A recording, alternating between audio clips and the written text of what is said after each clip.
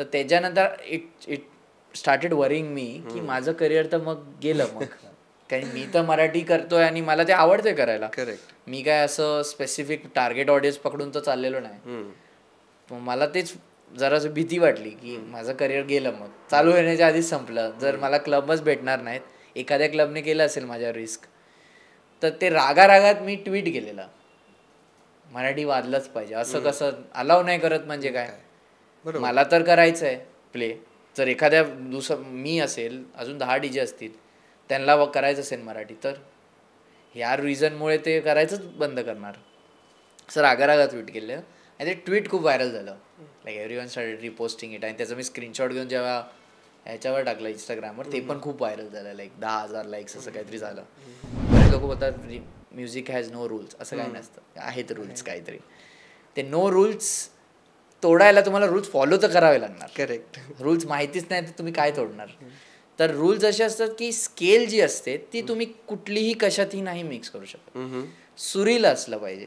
जेव्हा आपण कोण बोलतो हा बेसूर गातोय, म्हणजे त्याचे सूर वेगळे आहेत, ते सूर बराबर बसलेले नाही आहेत. तर ते सुरात मला बनवावं लागतं. रील थोडेफार व्हायरल झालेले, पण ते क्लबमध्ये चालेल का असं लोकांना माहिती नव्हतं. तर मी प्ले केला आणि ते शो खूप चांगला झाला. भले तो छोटा शो होता बट खूप चांगला झाला. आणि त्याचे व्हिडिओज सोशल मीडियावर यायला लागले, लोक एकमेकांना शेअर करायला लागले. आणि तेव्हा काही डीजेस मला बोलले की दादा तुझ्यामुळे बरं झालं मराठी वाजतंय. मला असं वाटायचं की वाजत तर असेलच ना म्हणजे मराठी. तर नाही वाजत. आम्ही जरी आम्हाला लोक ऑडियन्स बोलतात ना की हे वाजव, तर आम्हाला नाही बोलावं लागतं, कारण क्लबवाले अलाव नाही करत आम्हाला प्ले करायला. मला अलाव नाही करत म्हणजे काय. चल, I understand if there is a theme party and if that day you are not allowed to play, I understand. But एखादं दुसरं सॉन्ग तर रिक्वेस्ट चालूच शकतं ना, कारण की पंजाबी सॉन्ग जर कोण रिक्वेस्ट करतं तुम्ही तर प्ले करत असाल. करेक्ट. कुठलेही सॉन्ग, बॉलिवूड इज 90% पंजाबी. ते बॉलिवूड नुसते अंब्रेला टर्म आहे, पंजाबी म्युझिकच आहे त्याच्यात. तर नाही ते आहेच असं. मी आधी खूप स्ट्रगल करायचो जेव्हा मला स्टार्टिंगला हेट कमेंट भेटायला चालू झालेले. तर मला असं वाटायचं काय मी खराब करतोय का, असं करतोय का.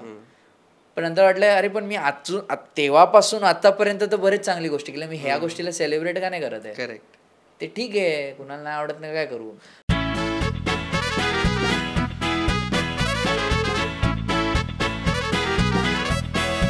हॅलो, हाय, नमस्कार. महा MTB गप्पा या आपल्या लाडक्या पॉडकास्टमध्ये मी उमंग तुमचं सगळ्यांचं स्वागत करतो.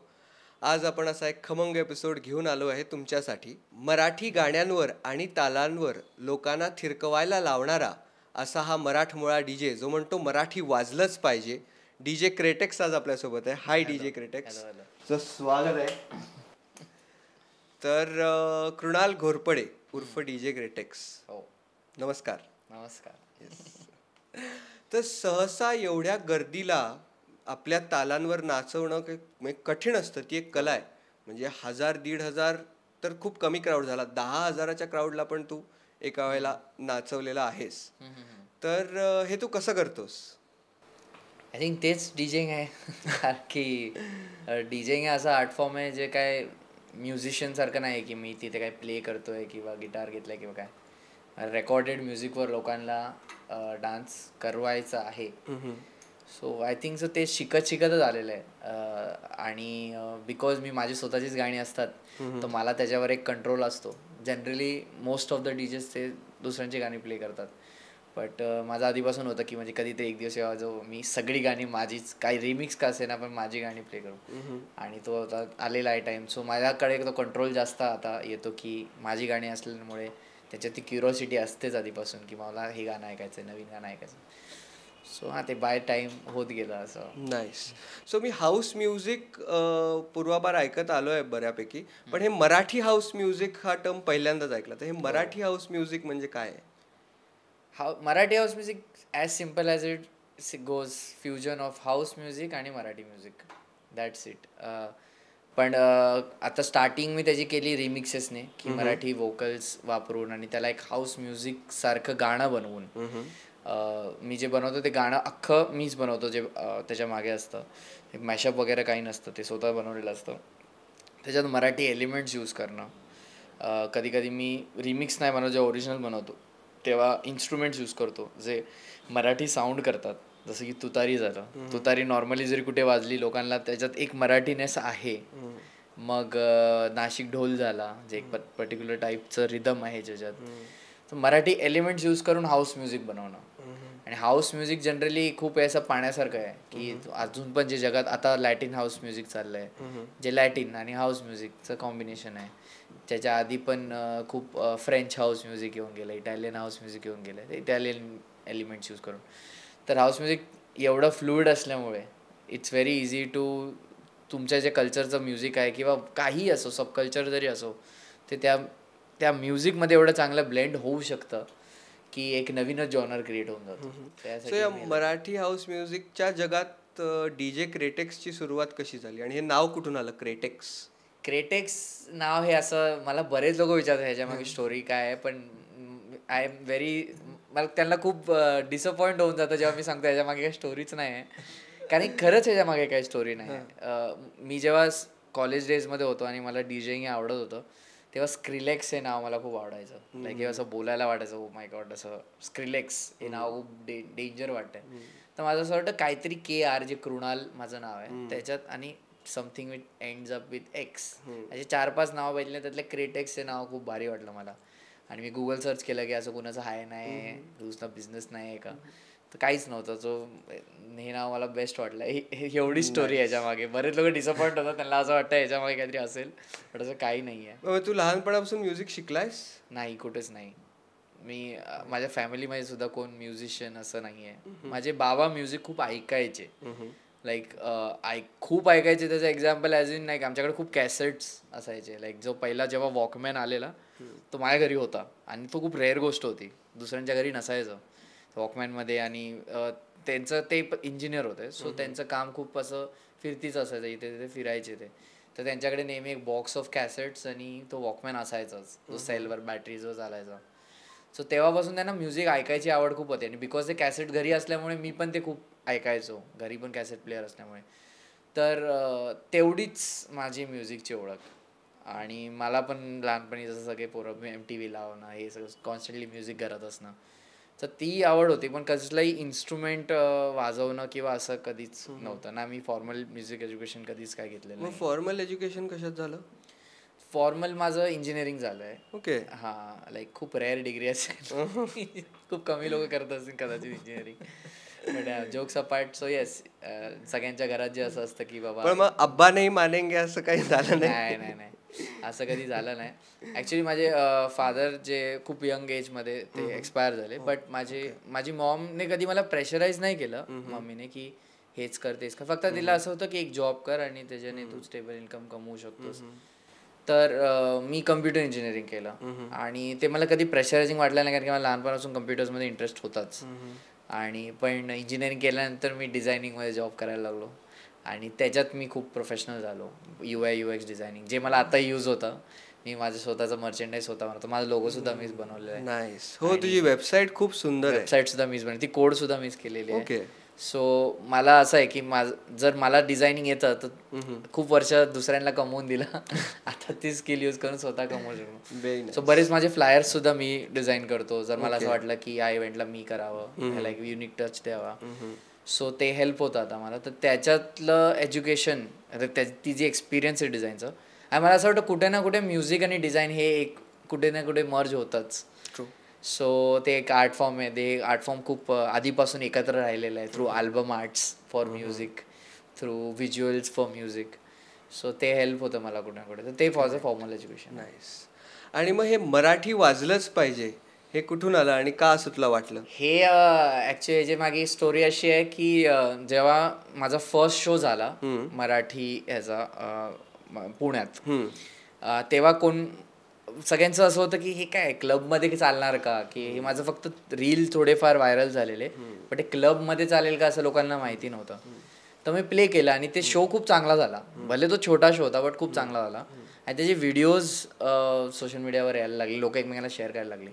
आणि तेव्हा काही DJs मला बोलले की दादा तुझ्यामुळे बरं झालं मराठी वाजतंय. मला असं वाटायचं की वाजत तर असेलच ना, म्हणजे मराठी. तर नाही वाजत. आम्ही जरी, आम्हाला लोक ऑडियन्स बोलतात ना की हे वाजव, तर आम्हाला नाही बोलावं लागतं, कारण की क्लबवाले अलाव नाही करत आम्हाला प्ले करायला. मला अलाव नाही करत म्हणजे काय? चल, I understand if there is a theme party and if that day you are not allowed to play, I understand. But एखादा दुसरा सॉन्ग तर रिक्वेस्ट चालूच शकतं ना, कारण की पंजाबी सॉन्ग जर कोण रिक्वेस्ट करतं तुम्ही तर प्ले करत असाल. करेक्ट. कुठलेही सॉन्ग, बॉलिवूड इज 90% पंजाबी. ते बॉलिवूड नुसते अंब्रेला टर्म आहे, पंजाबी म्युझिकच आहे त्याच्यात. तर नाही ते आहेच असं. तर त्याच्यानंतर इट स्टार्टेड वरिंग मी की माझं करिअर तर मग गेलं मग. कारण मी तर मराठी करतोय आणि मला ते आवडतंय करायला. करेक्ट. मी काय असं स्पेसिफिक टार्गेट ऑडियन्स पकडून तर चाललेलो नाही. मला तेच जरासं भीती वाटली की माझं करिअर गेलं, मग चालू होण्याच्या आधीच संपलं. जर मला क्लबच भेटणार नाहीत, एखाद्या क्लबने केलं असेल माझ्यावर रिस्क, तर ते रागारागात मी ट्विट केलेलं मराठी वाजलंच पाहिजे. असं कसं अलाव नाही करत म्हणजे काय? मला तर करायचं आहे प्ले. जर एखाद्या मी असेल, अजून 10 DJ असतील, त्यांना करायचं असेल मराठी, तर ह्या रिझनमुळे ते करायचंच बंद करणार. असं रागारागात ट्विट केलं आणि ते ट्विट खूप व्हायरल झालं. Like everyone started reposting it. आणि त्याचं मी स्क्रीनशॉट घेऊन जेव्हा ह्याच्यावर टाकलं इंस्टाग्रामवर, ते पण खूप व्हायरल झालं. लाईक 10,000 लाईक्स असं काहीतरी झालं. तर मला असं वाटलं हे खूप चांगलं वाटतंय बरेच लोकांना ज्यांना हे बोलायचं होतं ते बोलू नाही शकले. त्याचं माध्यम तू झाला. त्याचं माध्यम मी झालो, कारण की मी एका रिझन सकट त्या शब्दाला आणलेलं आहे. असं नाही की मी असंच बोलतोय, मी काहीतरी करतोय आणि त्याचं सपोर्ट करायला ते वाक्य वापरलं. आणि बरेच लोक ज्यांना ते पाहिजे होतं त्यांनी त्याला लाईक केलं, शेअर केलं, आणि मी त्याचं टी-शर्ट सुद्धा डिझाईन केलं, ते बरेच लोकांनी बाय केलं. तर मला असं वाटलं ही खूप इम्पॉर्टंट गोष्ट आहे. अलाव नाही करणं ही खूप चुकीची गोष्ट आहे. आपण महाराष्ट्रात राहतो आणि कोण धमकी नाही देत आहे की प्ले कर, तो विचारतायत, रिक्वेस्ट करतायत, तर तुम्ही त्याला अलाव नाही बोलत, असं चुकीचं आहे. तर त्याच्यामुळे हे सुरू झालं की मराठी वाजलंच पाहिजे.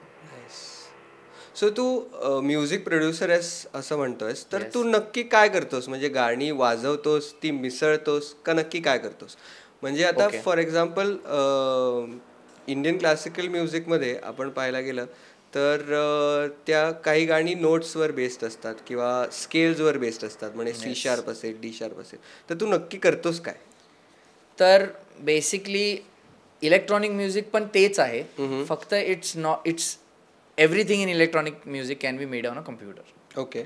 That's a speciality. आणि तेच मला अट्रॅक्ट केलं इलेक्ट्रॉनिक म्युझिक बनवायला when I was in college. कारण की मला गिटार वाजवायला नाही यायचं, काही यायचं नाही, पण मला एक असं वेगळं जग सापडलं जिथे तुम्हाला हे सगळं नाही जरी आलं तरी तुम्ही म्युझिक बनवू शकता. आणि that cot my I. But असं नाही आहे की हे म्युझिकच वेगळं आहे, नाही. ह्याच्यात पण सूरताल असतात, ह्याच्यात पण ते स्केल वापरले जातात, ह्याच्यात पण तीच थिअरीज वापरले जातात जे तुमच्या नॉर्मल म्युझिकमध्ये असतात. फक्त ते डिजिटली वापरतोय मी. सो जेव्हा पण जसं तू म्हणलास की स्केल आहे, तर रिमिक्स बनवताना मला ह्या गोष्टीचं खूप केअर घ्यावं लागतं. बरेच लोक बोलतात म्युझिक हॅज नो रूल्स. असं काही नसतं, आहेत रूल्स काहीतरी. ते नो रूल्स तोडायला तुम्हाला रूल्स फॉलो तर करावे लागणार. करेक्ट. रूल्स माहितीच नाही तर तुम्ही काय तोडणार? तर रूल्स असे असतात की स्केल जी असते ती तुम्ही कुठलीही कशातही नाही मिक्स करू शकत. सुरील असलं पाहिजे. जेव्हा आपण कोण बोलतो हा बेसूर गातोय, म्हणजे त्याचे सूर वेगळे आहेत, ते सूर बराबर बसलेले नाही आहेत. तर ते सुरात मला बनवावं लागतं. आता कुठलंही गाणं आहे, माझं जॉब थोडा इझी होऊन जातं कारण की मी रिमिक्स बनवतो, तेव्हा एक ऑलरेडी कंपोज्ड वोकल माझ्याकडे असते जी सुरात आहे. आता माझं काम आहे की जे मी गाणं बनवणार आहे, जे त्याच्यात मी मिक्स करायला यूज करेल, ते सुद्धा त्याच सुरात पाहिजे. जर ते सी मेजरमध्ये आहे तर मी सी मेजरमध्येच माझं बेसलाईन बनवणार, माझी दुसरे इन्स्ट्रुमेंट्स सगळे मी त्या ह्याच्यातच बनवणार. तसं तर जो कॅमेलॉट व्हील असतो त्याच्या हिशोबाने एक सूरमध्ये दुसरा सूर मिक्स होऊ शकतो. तर कधी कधी असं होतं की मी पिच करायला बघतो आणि ते नाही जर जाते तर मी त्याचा एक ऑल्टरनेट सूर चेक करतो की नाही बाबा हे जाऊ शकतं, ही की मिक्स होऊ शकते, हे मिक्स होऊ शकतं. तर हे रूल फॉलो करणं खूप गरजेचं आहे. जर इलेक्ट्रॉनिक म्युझिक बनवतोय किंवा असं म्युझिक बनवतोय, लोकांना असं वाटेल की एवढा काय फरक नाही पडत, but Wien you play it आणि एक गाणं चालतं जेव्हा 2-3 मिनिटाचं, जेव्हा ते बेसूर असं लोक त्याच्यात इंटरेस्ट जाईल लोकांचा, जेव्हा ते सुरील असतं लोकांचा त्यात इंटरेस्ट डेव्हलप होत राहतो, कारण की ते त्यांची फ्रिक्वेन्सी एकाच लेवलमध्ये चालत राहते. सो जनरल थंब रूल असा आहे की मेजर स्केल्स किंवा मेजर कॉर्ड्स असलेली गाणी हॅपी असतात आणि मायनर कॉर्ड्स असलेली गाणी सॅड असतात. तर हे इकडे पण अप्लाय होतं? कधी कधी अप्लाय होतं, बट कधी कधी ते असं एवढं गरजेचं नाही आहे की ते मेजर आणि मायनरमध्ये हॅपी असो किंवा काय. कारण की I think so there are certain feelings which are beyond happy and sad, which can make someone happy, which can make someone sad. जसं मोटिवेशनल एक फिलिंग आहे, तर एखादी वाईट प्रसंगाच्या वर यायचं पण मोटिवेशनच असतं, but that is a good feeling, but that can be also made in a minor chord. तर आय थिंक सो ते डिपेंड करतं की मी कुठलं गाणं घेतोय.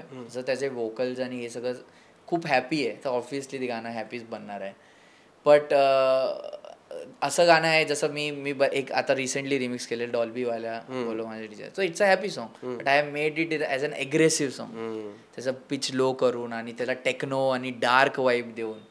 सो करू काही शकतो, फक्त मेक शुअर करायचं आहे की ती तेवढी वाईब कंटिन्यू असली पाहिजे गाण्याचं स्टार्टिंग टू एंड. आता ही गाणी निवडताना तुला नक्की काय पाहावं लागतं? म्हणजे आता हृदयी वसंत फुलताना किंवा एक लाजरान साजरा मुखडा हे रिमिक्स करावंसं असं तुला का वाटलं? हे पूर्ण मी गट फिलिंगवर जातो. मी काही ह्याच्यात सायन्स नाही लावत, या हे गाणं चालेल का ते गाणं चालेल काहीच नाही. मला जर वाटलं हे गाणं यार खूप मस्त आहे, चल बनवूया, दॅट्स द फिलिंग. आता मी म्हटलं की चल आपण एक गाणं बनवूया, तर can we do it? Yes, 100%. तर मी इफ आय थिंक ऑफ रुपेरी वाळूत माडाच्या बनात येईना, अपबीट आहे. Yes. So can we do it? Can we play it? So meanwhile you can also tell us की काय प्रोसेस असते आणि तू काय करतोस. सगळ्यात आधी मी ते ओरिजिनल सॉन्ग घेतो. Mostly YouTube is the best platform. यूट्यूबवर कुठलंही गाणं मी घेऊ शकतो. येस. सो ते गाणं पहिलं तर मी ऐकतो की जनरली मी ते ऐकलं असेल तरच मी रिमिक्स करतो, तर मला ते परत परत एवढं ऐकायची गरज नाही. Second most important thing me find out करतो गाण्याची की काय आहे. सो त्यासाठी मी सॉफ्टवेअर यूज करतो. मिक्स्ड की करून एक सॉफ्टवेअर जे मी बाय केलं आहे, ज्याच्यातून ते ॲनालाइज करतं त्या गाण्याचा BPM काय आहे आणि त्या गाण्याची की काय आहे.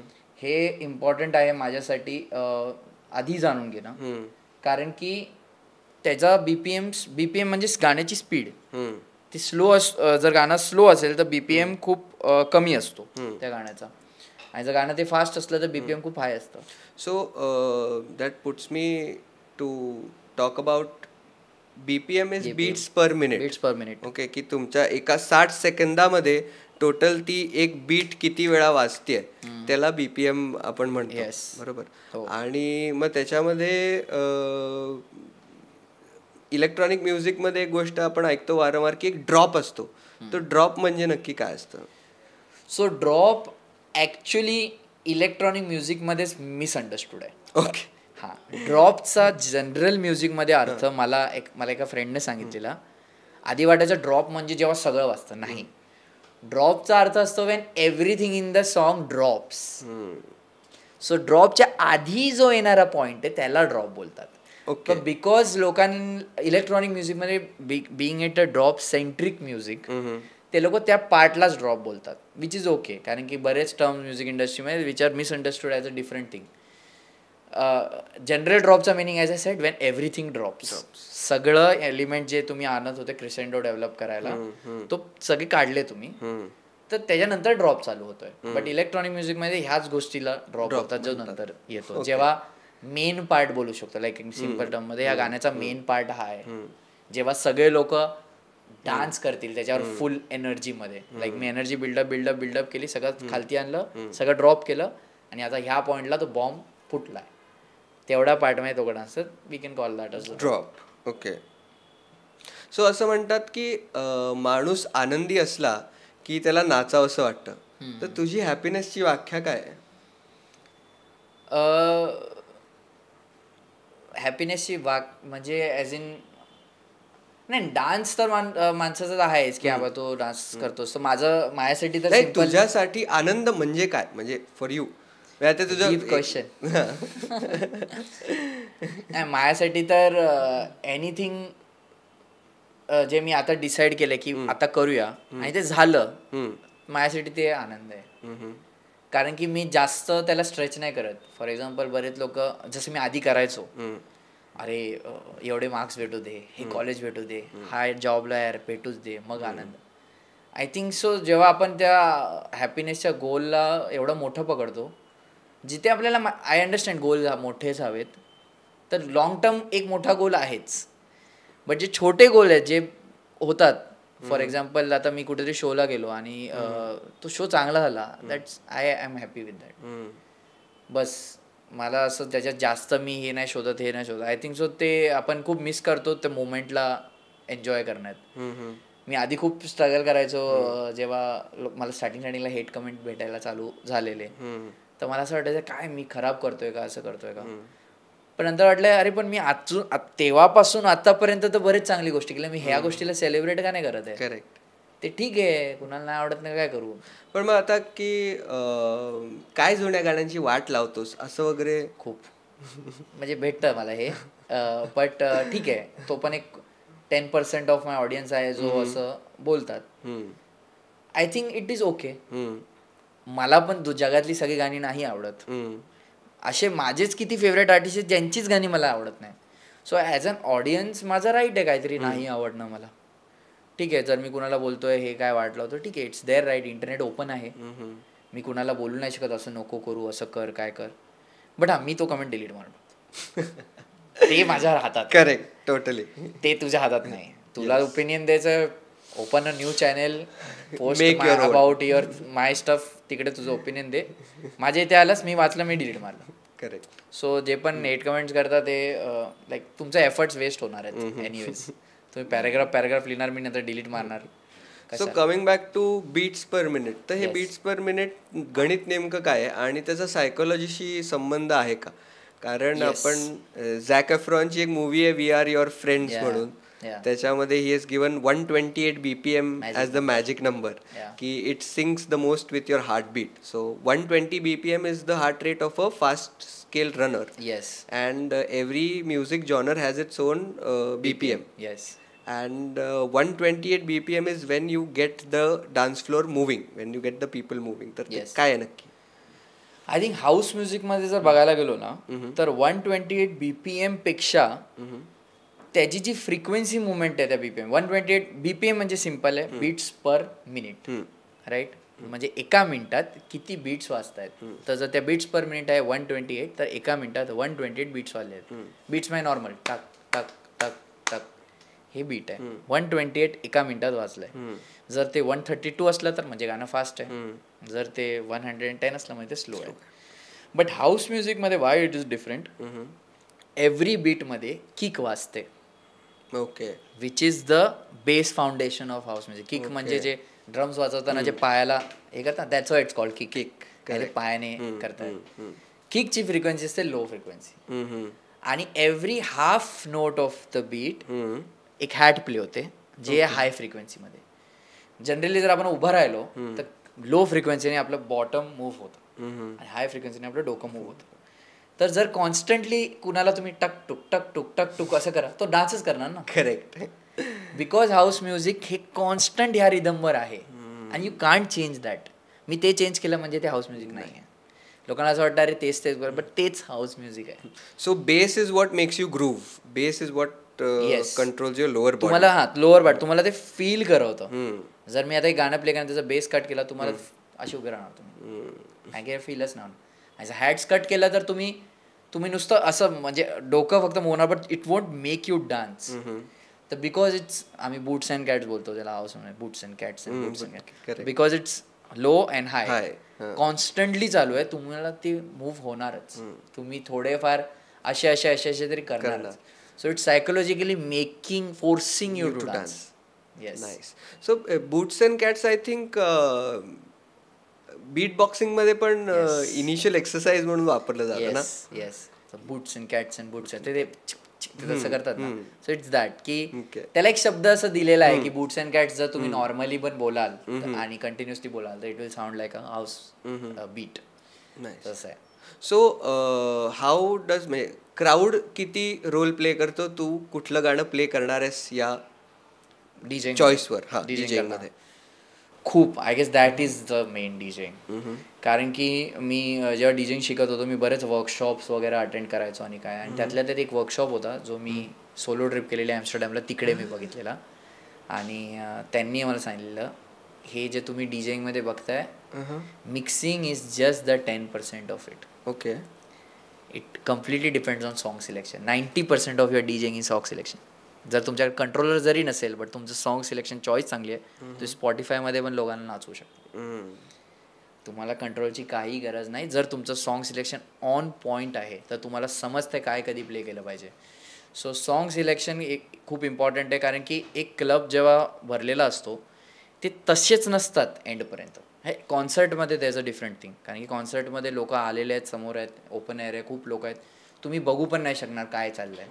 But Wien it's a club it's more difficult, कारण की लोक आलेले आहेत. कधी कधी लोक आता बार काउंटरकडे चाललेले आहेत ड्रिंक्स घेण्यासाठी, कधी कधी लोक थोडेसे बोर झालेले आहेत, कधी बसले आहेत, कधी टेबल आहे, हे आहे. तर तुम्हाला त्याच्या हिशोबाने गाणी सिलेक्ट करायची आहेत. नेहमी एनर्जी अशी नाही घेऊन जाऊ शकत, ही अशी पण आणावी लागेल, कारण की ती पंप अप पण झाले पाहिजे ना, माणसं आहेत ते शेवटी. करेक्ट. ऊपर जाने के लिए नीचे वापस लाना पडेगा. सो माझा सेट कधी पण असं असतो की मी तो चालू होतो जरा एनर्जीने, पण थोडीशी एनर्जी ड्रॉप होते चेक करायला की ह्याच्यावर पण नाचतायत का. जर ड्रॉप्ड एनर्जीवर नाचतात म्हणजे हे पंप्ड आहेत. नाईस. म्हणजे आता मला ह्याला वेगळ्या डिरेक्शन आहे, म्हणजे ड्रॉप एनर्जीमध्ये यांची एनर्जी ड्रॉप झाली आहे, म्हणजे नाही हे लोक आधी थोडे नाचलेले आहेत, तर मला ह्याला थोडं ग्रॅज्युअली घेऊन जायला, थोडी high low high low. So toward after 1 hour I drop the energy drastically. तर काही रिमिक्सेस मी असे बनवले जे खूप स्लो आहेत, भले ते 128 BPM मध्ये आहेत, but they sound very slow आणि ते खूप असे मेलोडियस साऊंड करतात. तेव्हा लोक जराशे जे बसलेले आहेत ते उठतात, अरे हा ठीक आहे जरा मस्त वाटतं आम्हाला ग्रूव्ह व्हायला, then I pick it up at the end आणि देन ते क्लायमॅक्स. सो आता हे मराठी गाणं इलेक्ट्रॉनिक म्युझिक बरोबर रिमिक्स करताना काय चॅलेंजेस येतात? सगळ्यात पहिला ओल्ड सॉंग्स बरोबर चॅलेंज येतं, हे कधीही ग्रीडमध्ये नाही आहेत. ओके. ग्रीड म्हणजे ग्रीड ॲज इन वेस्टर्न म्युझिकमध्ये ग्रीड असते, जे मेट्रोनोम यूज होतो, हे ग्रीड आहे. ओके. वेस्टर्न म्युझिक ह्या बेसिसवर बनलेलं आहे, इंडियन म्युझिक ह्या बेसिसवर नाही बनलं, आणि एस्पेशली मराठी म्युझिक ह्याचा बेस रिदम आहे तुमचा तबला असो, ढोलकी असो.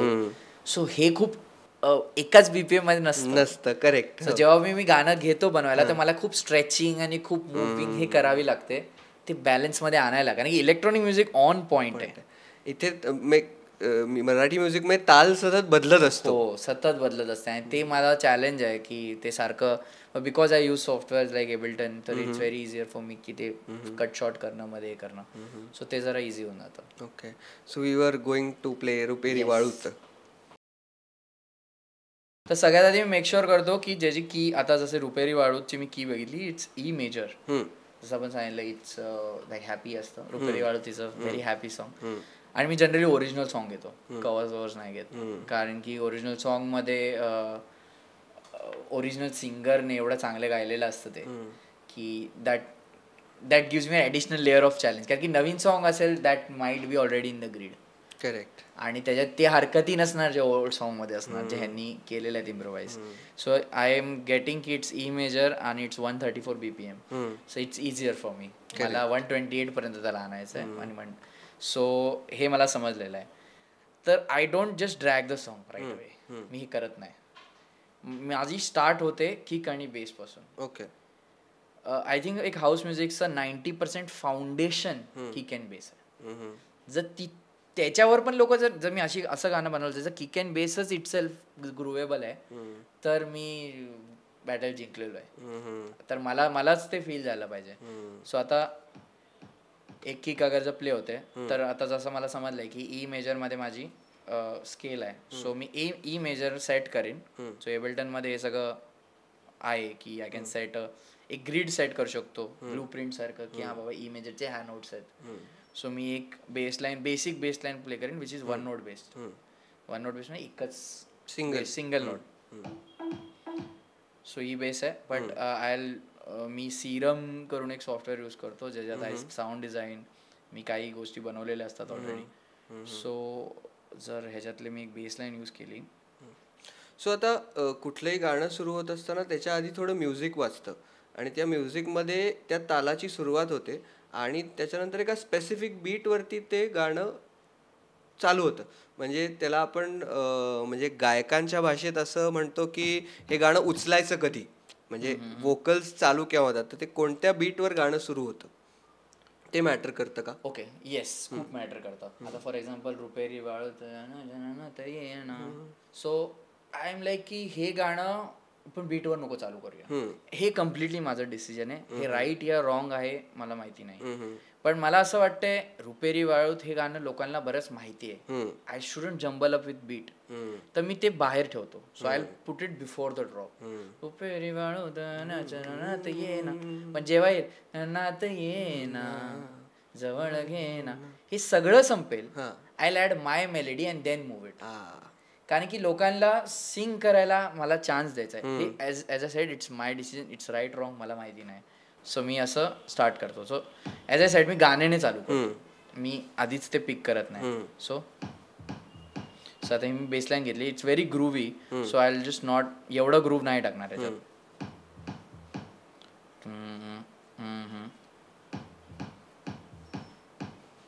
ओके, हे करीन.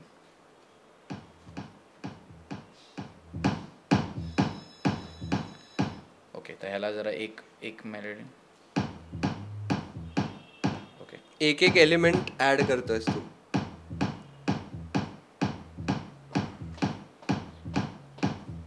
ओके, तर आता मला समजलंय. आता मी एक नेक्स्ट लेअर ऑफ फाउंडेशन वर आहे, जे आहे त्याची क्लॅप्स आणि किक.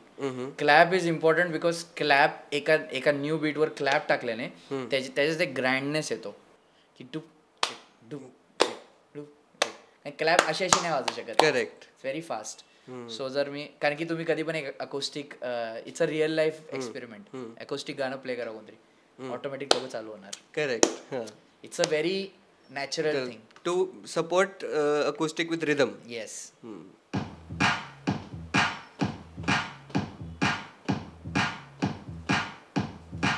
आणि ह्याच्यानंतर there will be hats, as I said की जे हाय फ्रिक्वेन्सी मला टच करायची. So boots and cats ready होतं.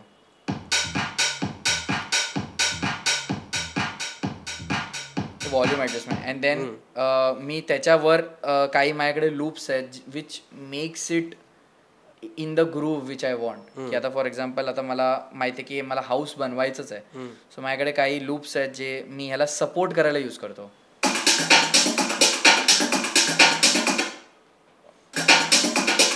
आता हे लूप आहे, but I want use it as it is. म्हणजे ड्रॅग यायला ॲज इट इज करेन, but I will change it in a certain way की ते, कारण की ह्या लूपमध्ये परत क्लॅप आणि हॅट्स आहेत जे मला परत नाही पाहिजे. सो आता दिस इज टू येस. रुपेरी वाळूत माडाच्या बनात ये ना, हे किती बीट सायकल मध्ये आहे?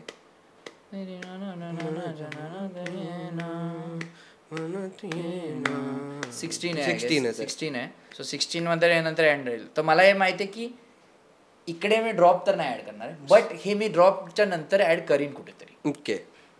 To have a dynamic range to it, की एकदा हे बिना बीट्सचं प्ले होतं, एकदा ते विथ बीट्सचं प्ले होतं. कारण की एकदा लोकांना ऐकलंय, लोकांना, कारण की house music is new to India.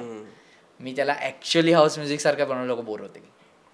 म्हणजे टिपिकल हाऊस म्युझिक जसं असतं युरोपमध्ये चालेल, बट इथे लोकांना हे थोडंसं होईल. बट ॲम्स्टरडॅम मध्ये चालू असलेलं हाऊस म्युझिक आणि इंडियामध्ये चालू असलेलं हाऊस म्युझिक ह्याच्यात खूप फरक आहे ना. Europe is like 10 years ahead in electronic music जे चाललंय. I think more than that. 10 years ahead तर US आहे, आणि US is few years behind Europe when it comes to music. तर आय थिंक सो ते लोक खूप तिकडेच इलेक्ट्रॉनिक म्युझिक एवढं जास्त चालल्याने, तर they are very versatile. The audience is very accepting. Correct. Like I have heard electronic music which is like एक beat, like modular electronic music आहे, लाईक 8 hours लोक ऐकू शकतात.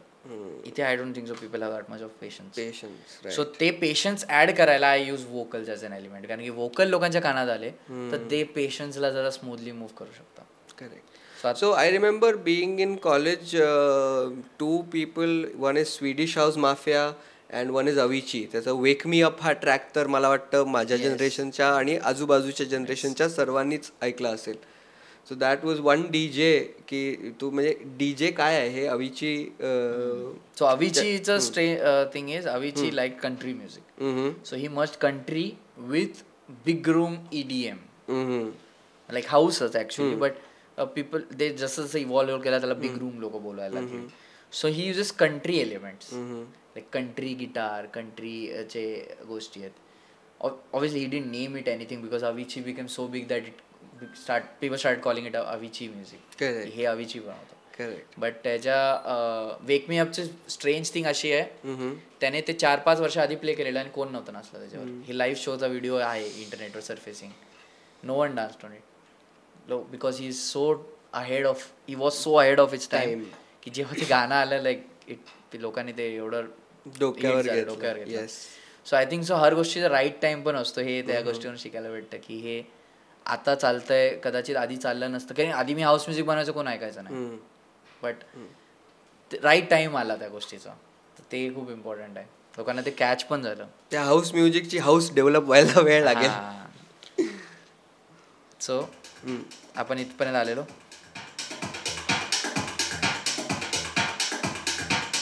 सो हे बाय द टाइम जशी आता ही बेसलाईन आहे, थोडी थोडी मी इव्हॉल्व पण करत जाईन, जसं जसं मला वाटलं, जसं की नाही आता हे ऍड करूया का. नाही, माय प्रिव्हियस क्वेश्चन की 16 बीट्स वर हे गाणं जर आहे, तर how does that affect your calculations here? Nothing. I don't think so that's a problem. So that can affect if ते डॉट 16 बीटच्या लूपमध्ये नाही आहे, तर मला स्पेसेस क्रिएट करावे लागतात. ओके. फॉर एक्झाम्पल मी लाजरान सजरा मोकळ्याचं केलेलं, इथं नको तिथं जाऊ, आडशाला उभं राहू, मला का बघतात मी लगेच नाही चालू. मग मी माझी मेलोडी टाकली त्यात, मला ते फिलर्स टाकून it I have to arrange it in a house music fashion. तर ते कधी कधी काही गाण्यामध्ये होतं, जेव्हा ते डॉट 4 फ्रेजवर संपत नाही, या तिसरा फ्रेज येतो, यामध्ये काहीतरी येतं. सो ते चॅलेंज आहे ॲज अ सेड. सो आता हे जर तर मी बेसलाईन चेंज केली तेवढी. सो आता fun part about making music on laptop is I can reuse my MIDI structures. Okay. So आता माझा मिडी जसा हा बेसलाईनचा मिडी आहे, जेवढा ऐकायला येत नाही, but I can use this with a different instrument and but ते तसं साऊंड सुद्धा करणार नाही. फॉर एक्झाम्पल मी कॉर्गचा एक एम्युलेटेड प्लगइन आहे M1, मी तो यूज करतो खूप. So I use it for different purposes. आता मी हा प्लगइन लोडअप केला आहे आणि इकडे सेम मिडी नोट टाकली आहे, copy paste.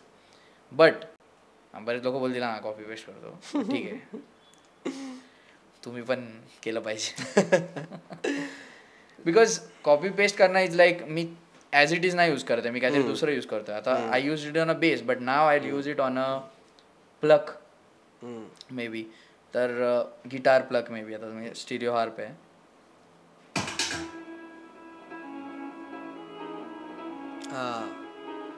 but it is still sounding like the bass. So what I'll do it, I'll use an arpeggiator modulation for this, की जिथे मी हे तर प्ले होतच आहे, but I will get it to 1/16.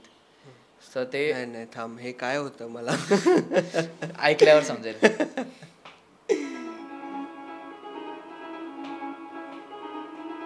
असं होतंय. If I turn it of,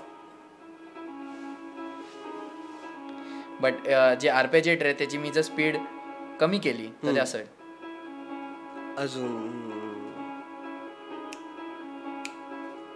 आता I have created a A based rhythm. I can go inside, clone it, and I can create a AB based rhythm. त्याला मी duplicate केलं, 10-10-10-10. एक note जर मी खालती केली,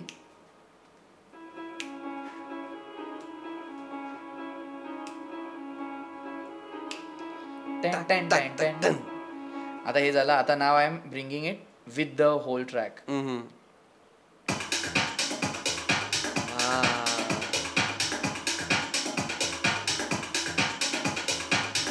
आता हे मी आणलेलं आहे, बट आय नो की हे काइंड ऑफ ड्रॉपमध्ये जाऊ शकतं. So I use certain effects. For example crash असते, तर क्रॅश तर वाटतं काहीतरी आलंय. So I use this kind of element जे क्रॅश आहे ते इथे आणला आणि I just lower it down, जे वाटलं नाही पाहिजे ते क्रॅश आहे. आणि रिव्हर्स अ क्रॅश, म्हणजे अजून एक क्रॅश करेल जी उलटी जाईल. सो एबल्टनमध्ये अशी गोष्टी आहेत जे I can reverse a sample, असं असं प्ले होतं, मी असं उलटं प्ले करणार. So it will feel like like a mirror. हां, इट विल मिरर की येस, लेफ्ट टू राईट जाते तर राईट टू लेफ्ट येणार. येस. सो आता हा क्रॅश आहे, I will use it same but I will reverse. So it will sound like दिस.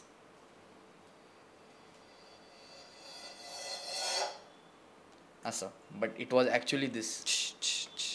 हे असं होतं. हां, so if I use this in a loop,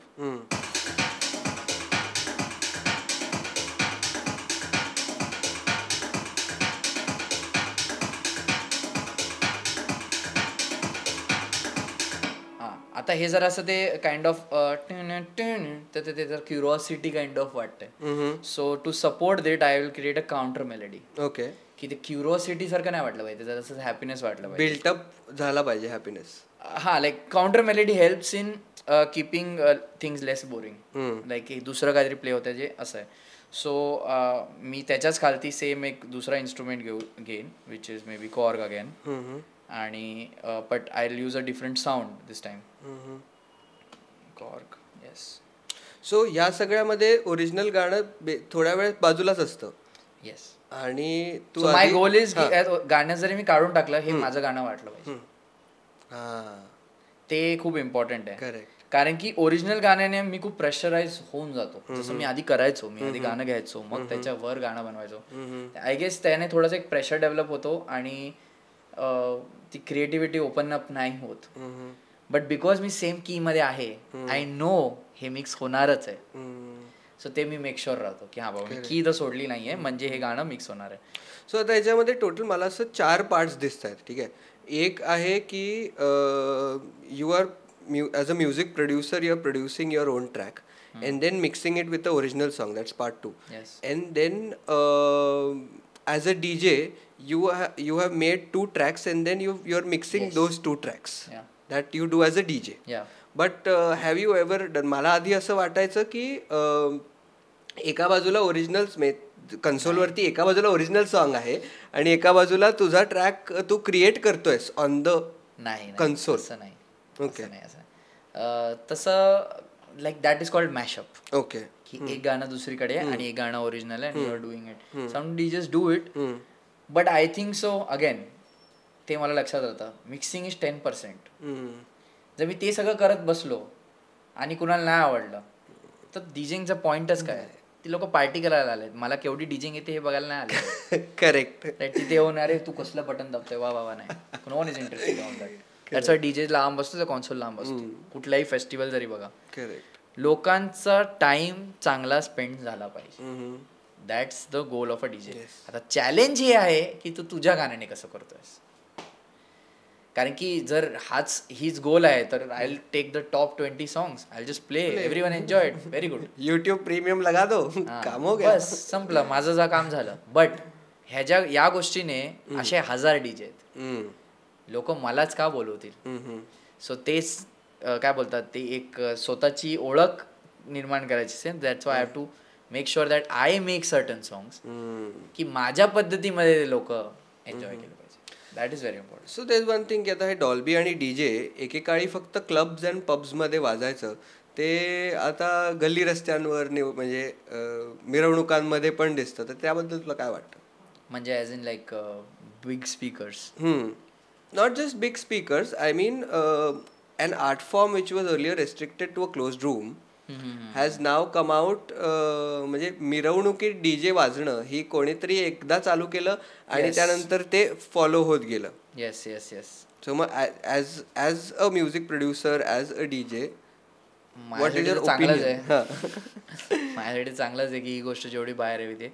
but माझं आय थिंक सो जे पब्लिकमध्ये जे टू मच लाऊडनेसचं जे चालतं, दॅट इज त्याच्यावर काहीतरी, आय एम नॉट सेइंग की ते बंद झालं पाहिजे काय.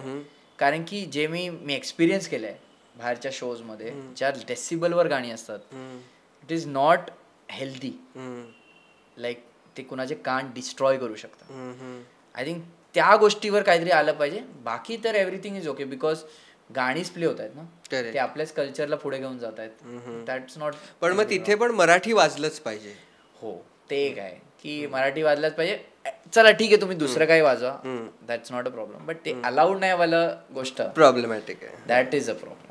इट्स लाईक मी कुठेतरी रेस्टॉरंटमध्ये जातोय आणि मी त्यांना सांगतोय मी इंडियामध्येच आहे आणि मी बोलतो इंडियन डिश दे, तो बोलतो अलाउड नाही. अरे देन इट्स बिट. हा ऑब्व्हियसली मग तुम्हाला तर कस्टमर एक पॉईंटवर सॅच्युरेशन येणार जेव्हा लोक त्याच्यावर रिॲक्शन पण तसा येईल.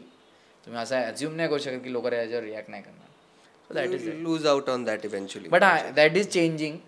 जसं मी ह्या गोष्टीबद्दल आहे ना मी खूप हे होतो, ॲडमेंट होतो की नाही वाजलंच पाहिजे.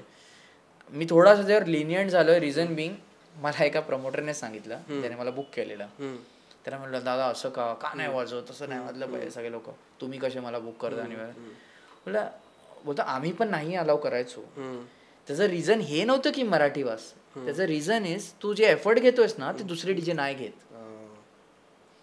आम्हाला प्ले करायला काही प्रॉब्लेम नाही, बट मराठी क्लब गाणी नाही बनलेले आहेत आणि ते डीजे पण काही एफर्ट घेत नाही. तू काय एफर्ट घेतोयस, तुझ्यात आणि दुसऱ्या डीजे डिफरन्स आहे, म्हणून आम्ही तुला बुक करतोय आणि दुसऱ्याला नाही करत आहे. आम्ही पण नाही अलाव करायचो, पण आता आम्ही तुला बुक करतोय. ह्याचं रिझन हे नाही की आम्ही स्वतः मराठी आहोत, पण आमचं आहे की हे एक क्लब आहे, इथे एक वेगळ्या टाईपचं ॲटमॉस्फिअर क्रिएट करायला लागतं टू इन्क्रीज कस्टमर्स आणि त्या टाईपचे कस्टमर यावे. It's a business. तिथे कोण कुणाच्या खुन्नस काढण्यासाठी गाणं नाही बंद करत आहे, ते एन्व्हायरमेंट मेंटेन करण्यासाठी करतात. आता तू हाऊस म्युझिक बरोबर बनवतोस, तू ती ॲटमॉस्फिअर मेंटेन करतोस, म्हणून आम्ही तुला बुक करतो ना. So that is the thing जे मला आता ॲग्री करतो मी त्याच्यावर की हां बाबा ते पण तर एक आहे. करेक्ट आहे. सो या आणि सेकंड पार्ट बिंग या स्पीकर्स बरोबर लेझर लाईट्स पण असतात. तोही इश्यू आहे जाम. लाईक तो literally it can make someone blind. It does. त्याच्यात एवढी इंटेन्सिटी आहे तर ते कॅमेराचं लेन्स डिस्ट्रॉय करू शकतात, तर ते कुणाचे डोळे पण डिस्ट्रॉय करू शकतात. सो आय थिंक त्या गोष्टींवर कुठे ना कुठे एक लिमिटेशन आलेली गरजेची आहे की एक सर्टन डेसिबल असो किंवा एक सर्टन फ्रिक्वेन्सीचं काय असं डिस्टन्स असो त्या लेझर आणि त्या ह्याच्यावर. सो आय थिंक ते बाकी गाण्यांमध्ये तर काही इश्यू नाही यार, ते तर it's a celebration. Correct. So आत्तापर्यंत वेगवेगळ्या कॉन्सर्ट्समध्ये तू प्ले केला आहेस, तर त्या दरम्यान काही गमतीशीर किस्से गोष्टी, म्हणजे जसं तू एक तर म्हणलास की लोक काय हा डीजेइंग कसं करतोय हे बघायला येत नाहीत, ते एन्जॉय करायला येतात. But the way you have created your on music, you create a vibe, नुसता वाईब्स. तर त्या वाईब्स जेव्हा तू तयार करतोस तेव्हा तुला काय रिॲक्शन येतात, रिस्पॉन्स येतो? मला खूप in a good way strange experiences आलेले आहेत. लाईक मी एका क्लबमध्ये, म्हणजे माझा शो होता आणि त्याच्यात त्या माणसाची अख्खी फॅमिली आलेली. तो एकटा नव्हता आला. लाईक त्याचे बाबा, त्याची वाईफ, त्याचे मुलं. आणि I have never seen certain thing in a club. म्हणजे बॉलिवूडमध्ये पण नाही. तर त्यांनी आम्हाला सांगितलं की आम्ही जनरली क्लबमध्ये येत नाही, बट आम्ही तुझ्यासाठी आलो. आणि they have taken like a proper table and everything. ते बोलले की आमचे बाबा आम्हाला बोलले की अरे किती मस्त आहे हे करून. काही त्यांच्या जमान्यातली गाणी आहेत, लाजरांचा जमाना, ब्लॅक अँड व्हाईट जमान्यातली. टोटली. सो ते मला खूप फॅसिनेटिंग वाटलं की मी एका अशा जनरेशनला त्यांच्या पुढच्या जनरेशनची एक कॉन्व्हर्सेशन करायला काहीतरी टॉपिक दिलाय, fantastic, which is likeable bye them. कारण की असं मोस्टली होतं की नवीन जनरेशनची गोष्ट मागच्या जनरेशन नेहमी हेट करताय, काय तुम्ही करता हे असं. ते we have also heard that. But ह्या गोष्टीमुळे लाईक माझ्या मम्मीला सुद्धा ते आवडतंय आणि ह्यांना आवडतंय. सो ते हे खूप चांगलं गोष्ट क्रिएट झाली. आणि आय हॅव सीन हे टोपीचं जे आहे, जे माझ्या शो मध्ये लोक घालतात, हे लोकांनीच चालू केलंय. हे असं नाही की मी चालू केलं देन आय टोल्ड देम, असं नाही. लोकच यायची आणि मला ते ऑफर करायची घाल. आणि that was out of the box for me, कारण की मला माहिती हे दुसऱ्या पार्टीमध्ये नाही करू शकत आणि त्यांना पण ते माहिती आहे. पण त्यांना ते करायचं आहे आणि they feel so proud of being a Maharashtrian that day. आणि असं नाही की माझ्या शोमध्ये फक्त मराठी लोक येतात. I have seen Punjabi people, I have seen other people. आणि ते येऊन मला प्रेजच करतात की मुझे हमको गाना नहीं समझ में आया, बट जो भी आप कर रहे हो बहुत सही, मुझे हमको बहुत मज़ा आया और बहुत नाचे हम लोग. सो आय थिंक की ही जी एम हाऊसची जी गोष्ट आहे, it's creating a safe environment for some people. कारण की कल्चरला पुढे घेऊन जाण्यात एक सेफ्टी क्रिएट करणं पण इम्पॉर्टंट आहे. तुम्ही जर त्याला असं बोलताय नाही तुझं नाही वाजणार, माझं वाजलं पाहिजे, दॅट डझंट क्रिएट सेफ्टी. ते जबरदस्ती कुणाला ऐकवायचं नाही मला. तुम्हाला ऐकायचं या शेवटचं तिकीट घेऊन या, मी जबरदस्ती नाही करणार तुमच्यावर. तुम्हाला आवडतं, सेफ्टी क्रिएट केल्याने काय होतं, आता फॉर एक्झाम्पल नॉन महाराष्ट्रीयन माणूस असेल, तो एक जाऊन त्याच्या मित्राला सांगितलं, अरे वो मराठी गाणं प्ले कर रहा था लड़का, बहुत सही है बहुत. जसं आपण पंजाबी गाण्याला करतो, पंजाबी इंडस्ट्रीकडून आपण शिकण्यासारख्या बऱ्याच गोष्टी आहेत. ते लोक एवढा कल्चर स्ट्रॉंग ठेवतात त्यांचं. त्यांना हेट बरेच लोक बोलतात, नाही नाही हे पंजाबी बंद झालं पाहिजे. नाही, का बंद झालं पाहिजे? तुम्ही करू सुद्धा नाही शकत. ते एवढं त्यांनी कल्चरला तेवढा स्ट्रॉंग ठेवलंय ना, किती बोला तुम्ही नाही बंद करू शकत. त्यांनी एवढा त्यांच्या आर्टिस्ट कल्चरला स्ट्रॉंग ठेवलाय. फॅन्स तिकडचे एवढे रिस्पेक्ट देतात त्यांच्या आर्टिस्टला, ते लोक एवढा रिस्पेक्ट देतात त्यांच्या फॅन्सला. राईट. एकमेकांना केवढा रिस्पेक्ट देतात ते लोक. कुठल्याही पंजाबी म्युझिक अवॉर्ड फंक्शन जाऊन बघा, the way they respect each other is tremendous. कुठला सिनियर आर्टिस्ट असो, ते किती त्याची गाणी नसेल जरी येत, त्याला एवढी इज्जत देतात ते लोक की नाही बाबा ह्याच्यामुळे आम्ही आहोत आज. तो त्याने करिअर केलेलं दलेर मेहंदी आणि हे जे मोठे मोठे लोक आहेत, त्यांच्यामुळे आज ह्यांचं करिअर चाललेत. सो ते जी गोष्ट त्यांनी कल्चर क्रिएट केलेली आहे, खूप शिकण्यासारखं आहे त्यांच्याकडून. लाईक पुढे जाऊन तर माझं असं आहे की why not there can be a Punjabi and Marathi collaboration of electronic house music. Why not? कोणी रूल थोडी लिहिला आहे की नाही होऊ शकत. करेक्ट आहे. आणि ते मला करायचं आहे पुढे जाऊन, की it has to be very safe environment. जे ते मराठी माणसाला तेवढाच प्राऊड वाटला पाहिजे, दुसऱ्यांनाही वाटू शकतो की अरे मस्त आहे मराठी गाणं. Like why not.